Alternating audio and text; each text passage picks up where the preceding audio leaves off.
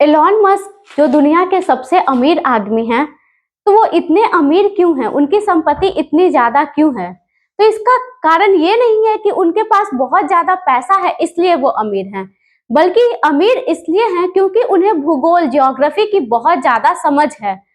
सबसे पहले तो उन्होंने सोचा कि इस धरती पर, इस पूरे अर्थ पर क्या-क्या चीजें हैं जो सीमित मात्रा में है, या कौन-कौन सी चीजें हैं जो खत्म हो सकती है और कौन सी ऐसी चीजें हैं जो खत्म नहीं हो सकती है, या भविष्य में किस चीज की ज्यादा डिमांड होगी, भविष्य में किस क्षेत्र में निवेश किया जाए, इन्वेस्टमेंट किया जाए कि उससे ज्यादा प्रॉफिट होगा, जिसमें कम भागदौड़ है, कम भीड़ है।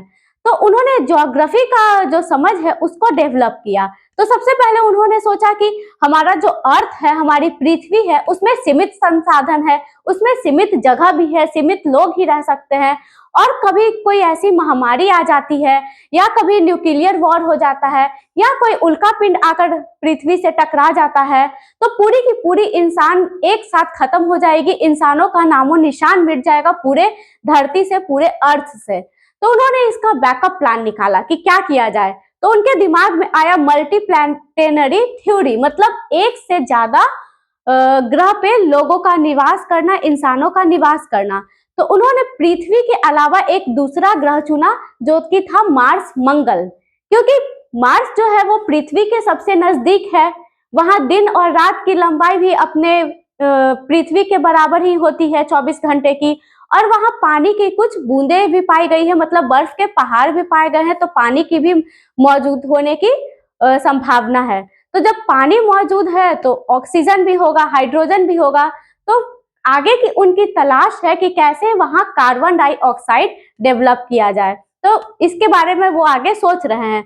तो अपने इस मिशन को पूरा करने के लिए उन्होंने स्पेस एक्स नाम की कंपनी बनाई।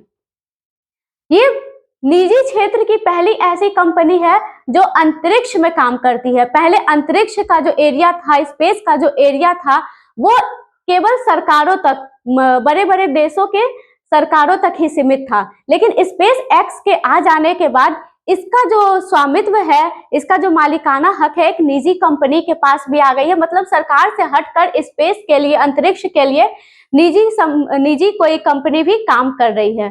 तो स्पेस एक्स क्या करती है कि रॉकेट बनाती है। पहला ये रॉकेट बनाती है, दूसरा सैटेलाइट बनाती है,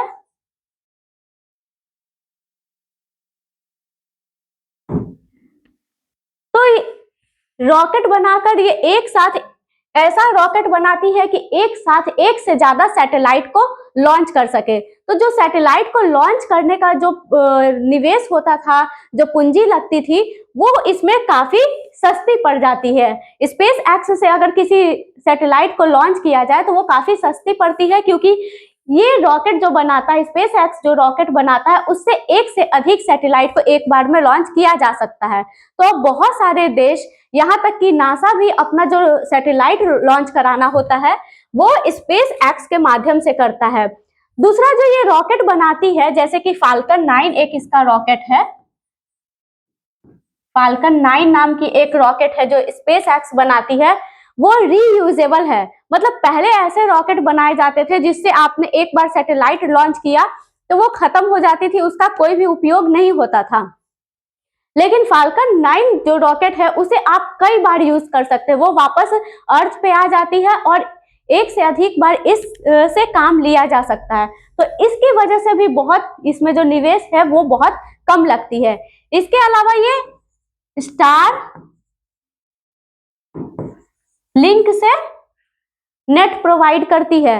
पहले के जो नेट प्रोवाइड होते थे वो वायर के थ्रू, केबल के थ्रू होते थे, लेकिन स्टार लिंक ने क्या किया कि अपने सैटेलाइट के माध्यम से जियो स्टेशनरी में अपने सैटेलाइट को भेजा और ऊपर से अपने नेट प्रोवाइड करती है। मतलब कि सुदूर सुदूर एरिया में जहां कोई केबल नहीं है, जहां कोई टावर नहीं है, या कहीं युद्ध चल रहा है, तो वहां भी नेट आसानी से पहुंच जाती है। जैसे कि इसका सबसे ज्यादा अभी प्रचार प्रसार हुआ जब रशिया और यूक्रेन का वॉर हो रहा था। तो रशिया और यूक्रेन के युद्ध के समय वहां नेट व्यवस्था पूरी तरह चरमरा गई थी, खत्म हो गई थी। तो स्टार लिंक ने अपने नेट वहां प्रोवाइड किए, क्योंकि ये सैटेलाइट से चलती है। इसका अगला प्रोग्राम होता है स्टारशिप। स्टारशिप के माध्यम से स्पेस एक्स क्या करता है कि इंसानों को या इंसानों के साथ साथ भारी भरकम सामानों को अंतरिक्ष तक पहुंचाता है। तो ये स्पेस एक्स की इतनी सारी योजनाएं चल रही है। पहले वो रॉकेट लॉन्च करता है, रॉकेट बनाता है, सैटेलाइट लॉन्च करता है, स्टारलिंक के माध्यम से नेट प्रोवाइड कराता है लोगों को, अलग अलग कंट्री को, सुदूर कंट्री को, और स्टारशिप के माध्यम से वो आदमी को, इंसानों को या सामानों को अंतरिक्ष में भेजता है। जब ये रॉकेट लॉन्च करता है या सैटेलाइट लॉन्च करता है तो ये इक्वेटर के नजदीक या इक्वेटर पर, ज्यादातर जो इसके सैटेलाइट लॉन्च होते हैं वो इक्वेटर पर होते हैं। इक्वेटर पर लॉन्च करने का सबसे बड़ा फायदा ये होता है कि इक्वेटर पर पृथ्वी की जो घूर्णन गति है वो सबसे ज्यादा होती है। तो जब भी सैटेलाइट लॉन्च करते हैं तो यहाँ पृथ्वी की घूर्णन गति का इसको फायदा मिल जाता है और कम ईंधन में आसानी से रॉकेट लॉन्च हो जाता है, अपने अक्ष में जाकर, कक्षा में जाकर स्थापित हो जाता है। इसके अलावा इक्वेटर के नजदीक बहुत सारा पानी है, तो अगर रॉकेट का कोई भाग टूट भी गया तो पानी में गिरेगा, जिससे इंसानों को या मानव बस्ती को किसी तरह का खतरा नहीं होगा।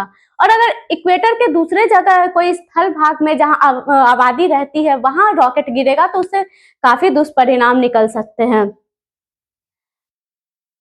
दूसरा, मस्क ने सोचा कि जो संसाधन है हमारी धरती पर, जैसे कि कोयला हो गया, पेट्रोल है, ये सब सीमित है, ये आज नहीं तो कल जाकर खत्म होंगे।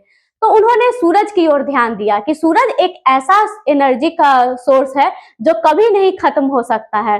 तो सबसे पहले 2006 में इसने क्या किया, अपने कजिन के साथ मिलकर सोलर सिटी बनाई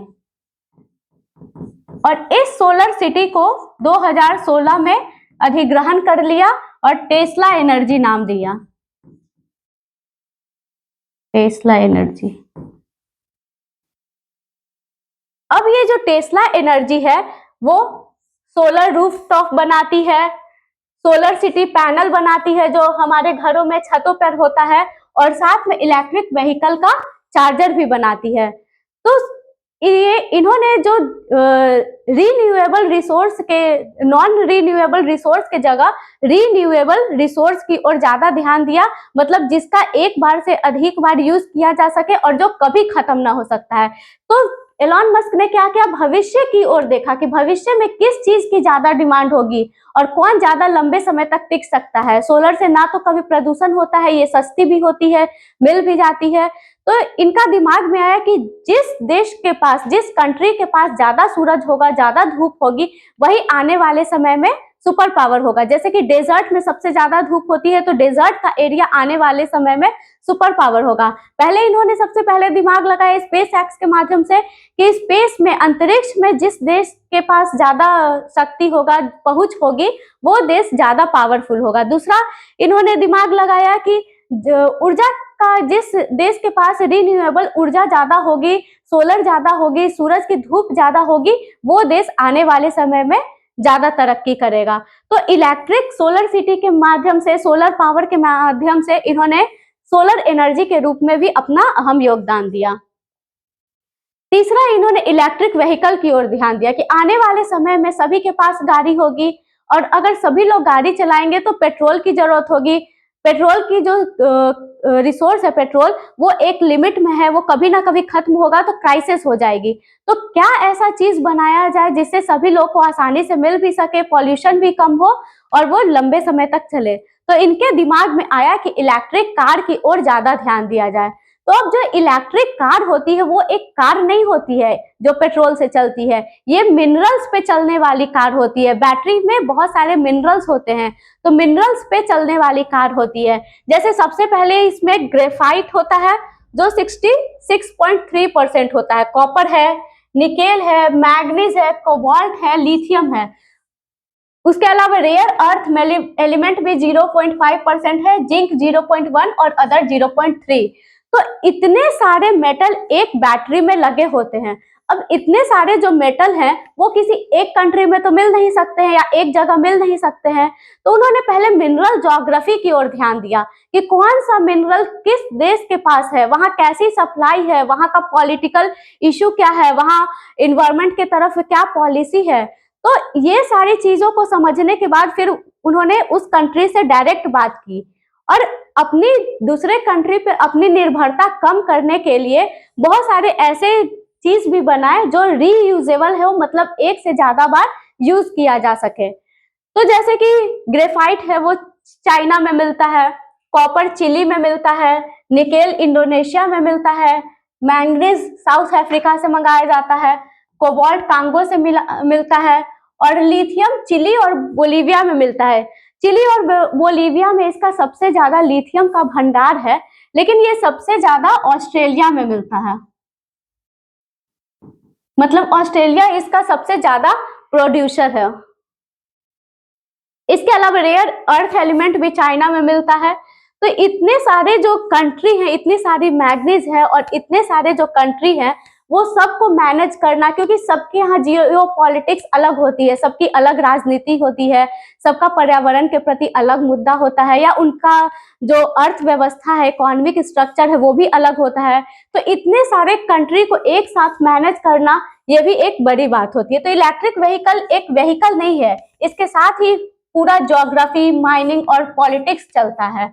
तो एलॉन मस्क की जो सोच है वो बहुत दूर की है, वो भविष्य के बारे में सोचते हैं कि कौन सी चीज भविष्य में ज्यादा चलेगी। तो ज्योग्राफी में ही वो चीज आती है कि आप पहले ज्योग्राफी के माध्यम से देखते हैं कि कौन सा चीज कहाँ मिलता है और वो कितने लंबे समय तक लोगों को फायदा दे सकता है। तो एलॉन मस्क ने इसी चीज का फायदा उठाकर अपनी जो निवेश है, अपनी कंपनी बनाई और उसमें निवेश किया। तो एलॉन मस्क की जो अमीरी का कारण है वो ये नहीं है कि उनके पास पैसा है, बल्कि उनकी ज्योग्राफी की समझ, भूगोल की समझ ही इतना ज्यादा है जो उनको अलग बनाती है, उनको अमीर बनाती है।